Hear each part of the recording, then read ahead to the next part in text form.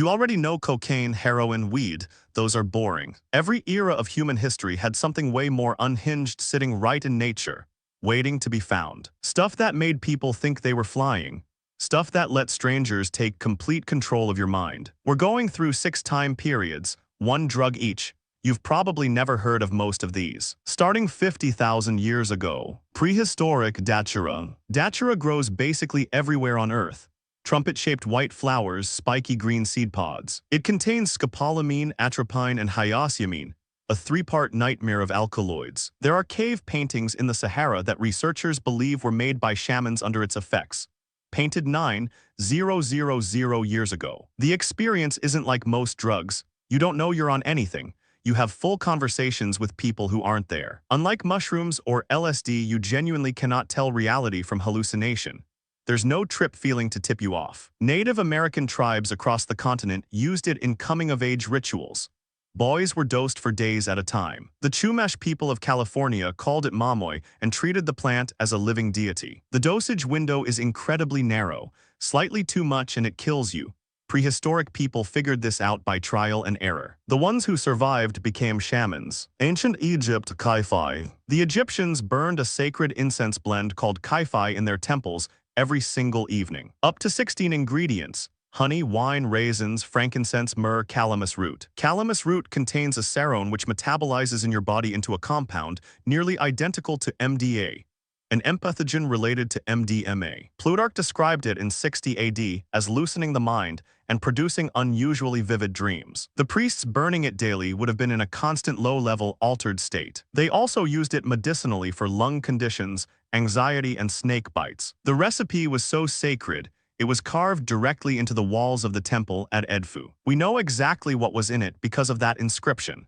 Nobody has fully recreated it, though a few key ingredients remain a mystery. Ancient Greece, Kykeon. For nearly 2,000 years, the most respected people in the ancient world made a pilgrimage to a small town outside Athens. Plato, Cicero, Marcus Aurelius, they all went. Inside, they drank a barley beverage called Kykeon. What happened next was so secret that talking about it meant death. In 2021, researchers found ergot fungus residue in ancient drinking vessels excavated from the site. Ergot is what LSD is synthesized from. The leading theory is that Kykeon was a potent psychedelic brew. Plato described the experience as dying and being reborn. Cicero said it taught him how to live and how to die well. The ritual ran uninterrupted for almost 2,000 years before being forcibly shut down in 392 AD by a Christian emperor. We will never know what they experienced. Every single person who attended took the secret completely to their grave. Medieval Europe, flying ointments. Witch-trial confessions from the 1400s describe something strange: women rubbing a green ointment on their bodies before flying through the night to Sabbaths. Inquisitors dismissed it as mass delusion. But the recipe appeared in trials across England, France, Germany, Italy, all with the same ingredients: henbane, belladonna, mandrake, hemlock, all containing scopolamine and atropine. Scientists in the 1990s reconstructed the formula. Volunteers rubbed it on their skin and were monitored in a lab. They reported vivid sensations of flying, rushing wind, weightlessness, a complete journey with takeoff and landing. The key detail is skin absorption. Bypassing the stomach gives a slower, steadier dose, enough to trip, not enough to kill. They weren't making up the Sabbaths.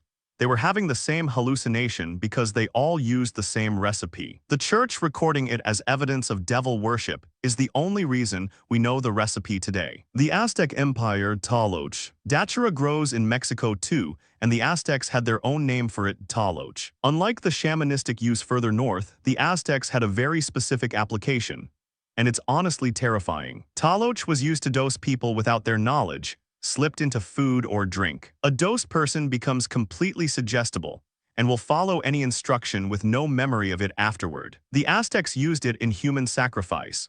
Victims were given taloch before ceremonies to make them walk willingly to the altar. It was also used as a poison by rivals, as a love drug by jealous partners, and medicinally for pain relief. Mexico's curandera tradition still uses taloch today, primarily as a love potion slipped into a partner's coffee without them knowing. Mexico City poison control centers get calls about this regularly. It's not ancient history, it's happening now. The same plant used the same way for 3,000 years. Colombia right now, devil's breaths. It comes from the borrachero tree, which grows freely in Colombian cities, parks, and sidewalks. At low doses, it treats motion sickness. You can buy it as a patch at any pharmacy. At high doses, it's a completely different drug.